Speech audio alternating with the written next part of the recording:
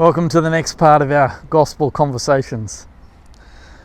Many of you who have travelled will have at one point gone by cattle class. Rather than being admitted before the rest of the passengers, you're told where to go, where to sit, how long to wait.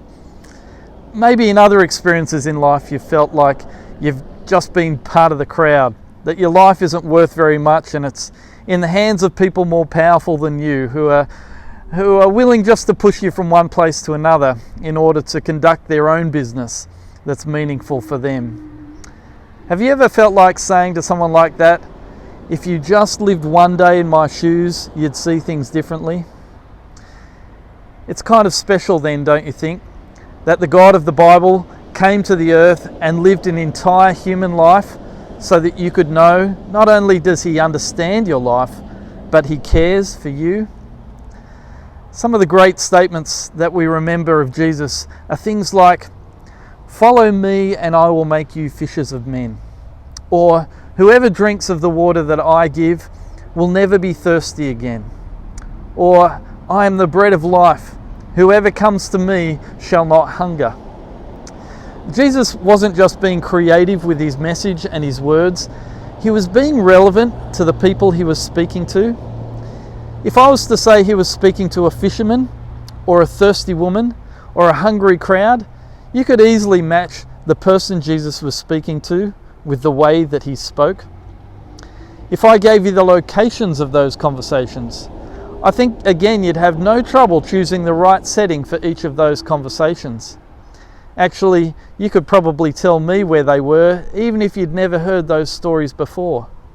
One was by the lake, another by a well, another in a town not far from where Jesus had fed 5,000 people with just a few loaves of bread. When Paul was talking to people in Athens who were used to worshipping idols about Jesus, he described the one they worshipped as the unknown God as Jesus Christ sent from heaven and raised from the dead, who came to save them from their ignorance and from their sin.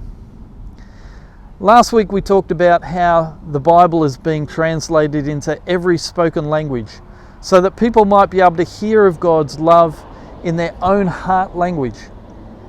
That work goes hand in hand with people going to new places and learning to understand different cultures to meet their needs, often adopting and sometimes adapting much of that community's lifestyle in order that the people there might truly encounter the risen Jesus. A new song caught my attention this week. You'd have to know something of country music or the southern United States to fully appreciate it, but some of the experiences described spoke to me.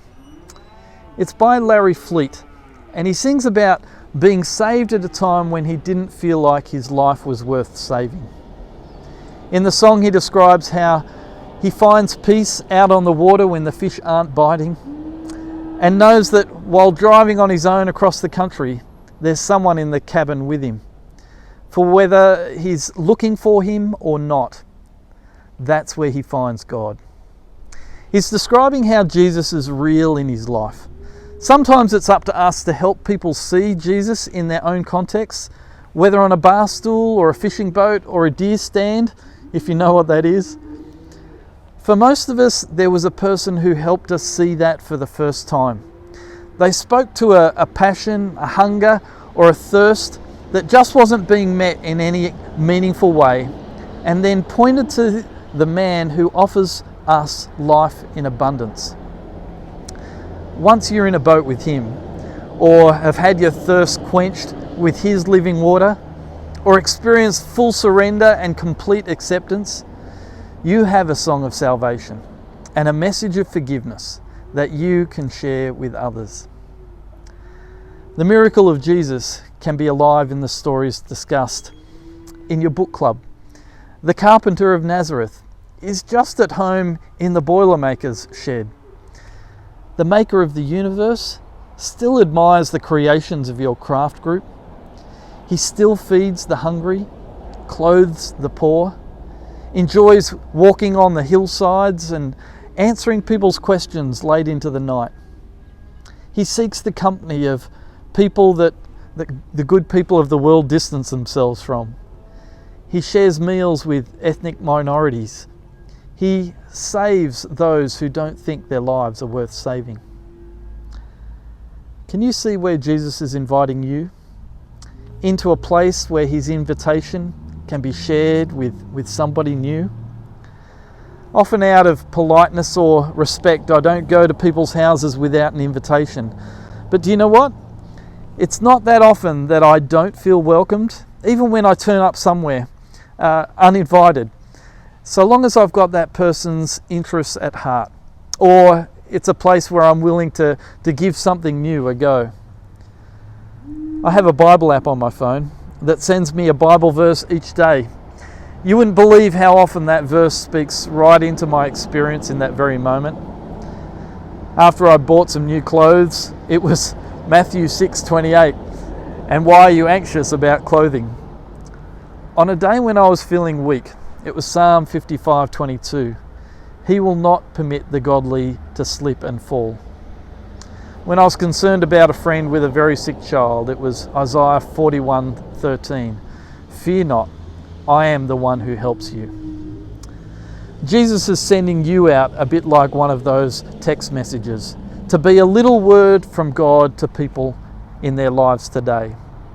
You might think it's a little bit random, but believe that Jesus can use you to bring other people to him. Even if he leads you to someone that you think you have nothing in common with, take some time to listen to them, to understand them, to see where Jesus is at work, and then to bring the good news that Jesus saves. You don't have to feel like someone from cattle class being pushed from one place to another. God is wanting to use you. He's come to save you, and he's going to use you to bring eternal life to others.